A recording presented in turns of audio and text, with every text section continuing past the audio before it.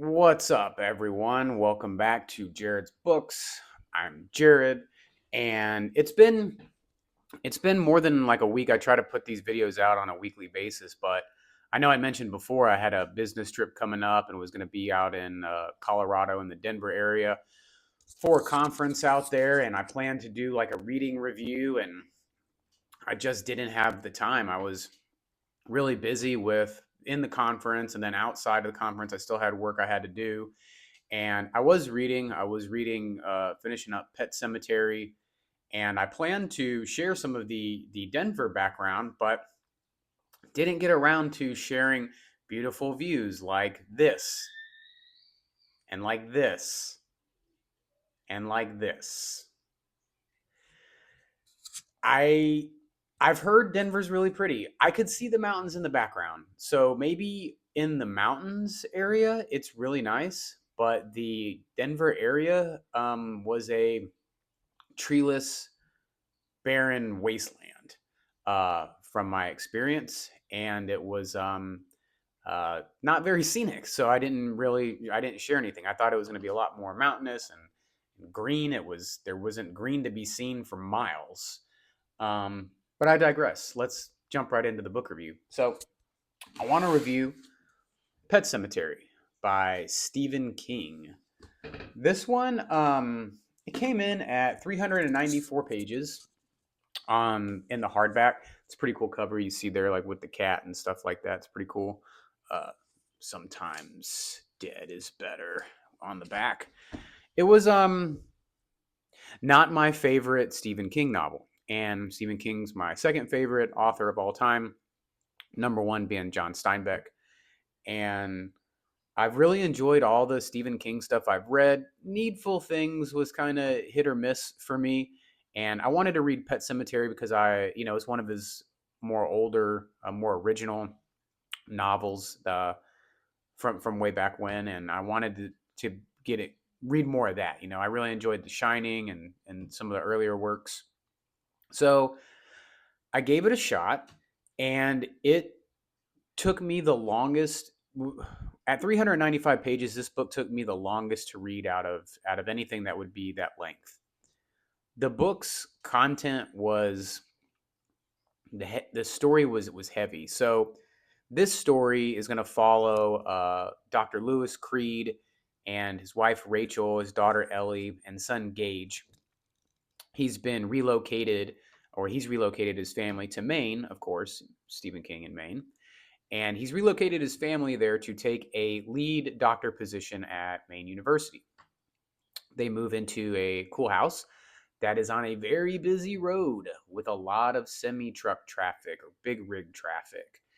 Meets a very charismatic, kind of mysterious old guy, Judd Crandall, and his wife Norma, that live across the street. They strike up a really good friendship and become best friends. And then they end up stumbling and going back to a pet cemetery that's actually on their property behind their house. This pet cemetery holds secret powers it's actually on a Micmac burial ground and an Indian burial ground.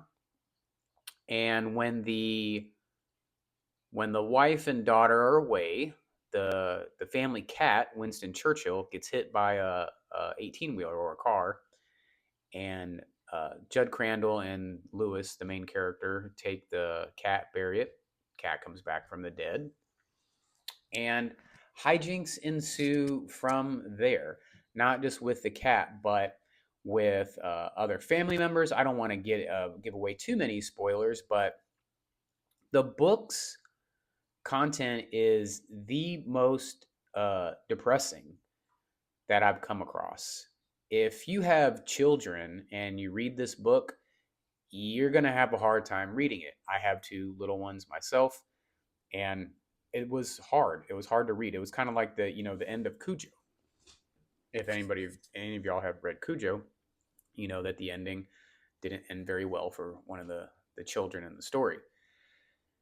This book's main concepts, in my opinion, are dealing with mortality, facing death, the concept of death, a lot of dealing with death, grief, dealing with grief, going through grief, the steps of going through it, uh, trauma, uh, moving through all of that, and then insanity.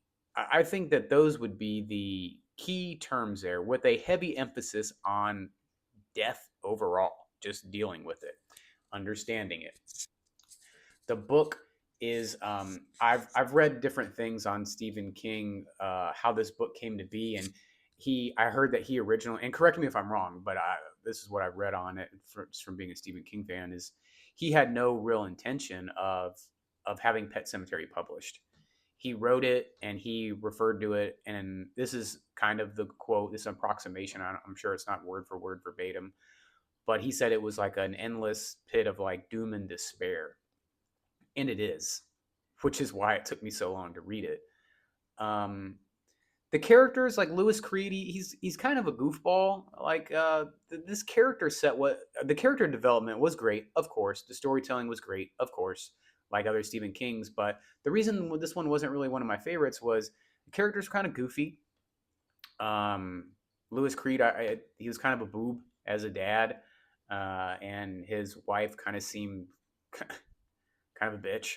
I just didn't really like their relationship. It was I liked the old guy Judd Crandall. I thought he was a really cool character.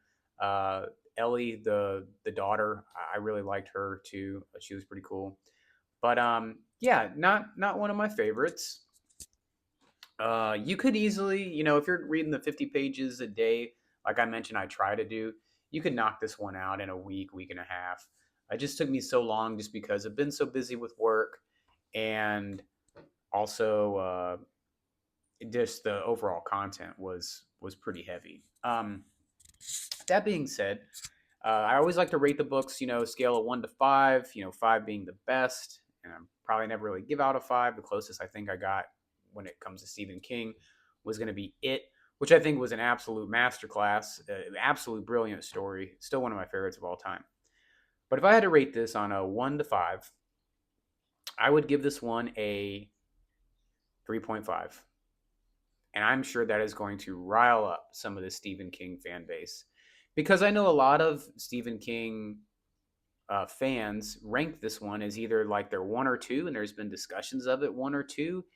People place it up there with It and The Stand. I haven't read The Stand yet, but I know that it's referred to as probably the most complete, like one of the best novels of all time. And It is like one of Stephen King's pinnacle flagship works. So to rank Pet Cemetery up there, that's a really high bar. And just from having read It, this doesn't come anywhere close. The Shining was better than this. It was better than this. Cujo was a million times better than this. The character development in Cujo was, I think, some of the best. It was great. So this gets a 3.5. This is my lowest Stephen King score. I really didn't enjoy the book. It wasn't just the content. I wasn't feeling it. It's probably just a personal thing. I'd love to hear what you guys think on it. Please, by all means, let me know what you think. If you've read it, what you thought of it. Let me know what some of your favorite Stephen King novels are. Like if you have a top one or two, let me know, because I think mine would be my favorite so far has been 11/22/63. It's not in the horror genre, but that story was badass. That story was complete story, awesome characters. I really enjoyed it. And then I would have to say It, Cujo, and The Shining. It would go in that order for me. So let me know what you think. If you've read Pet Cemetery, let me know your favorite Stephen Kings that you've read. And then in other news, I'm going to keep reviewing books, but I'm not going to take on any new reads, because I am about 90,000, 94,000 words ish into my first novel. And I'm going through the first edit, and I kind of had to stop writing because I got stuck. I kind of ended up writing something I wanted towards the end. So I split the story in two, and now I'm going back and I'm writing it or editing it and trying to pick back up where I left off. And I get sidetracked with reading because I just like to curl into my recliner over here in the evenings and read for a couple hours, and I don't work on my story. And then I work on it on the weekends, and then I don't work on it during the week. So all my time that I usually devote towards reading new books, I'm going to work on my novel. And I'll do some videos on that. I'm going to still review books. I have a ton of books that I read from 2024, excuse me, that I'm going to keep reviewing. So I will have good book reviews coming out and book recommendations. It's just, I'm not going to have any new reads. So wanted to go ahead and make that announcement for the 30 people that follow me. And yeah, maybe I'll do some like reading or some writing stuff. Let me know if any of you guys are writing a novel, or if you have any kind of stories, or if you want to get together, we could do like a live stream or something where we talk about stories and writing or things like that. I think that'd be pretty cool to do. Let me know your take on Stephen King. I am about 1,000% sure that I ruffled some feathers with my review on this, but this just wasn't all the Stephen King I've read. This was my least favorite. This is it just seemed cheesy. It just seemed like a cheese ball kind of story, kind of like Needful Things had a lot of cheese, like a lot of cheese, and this had some cheese for me too. I do like the cover art though. I think the cover art was really cool on this one.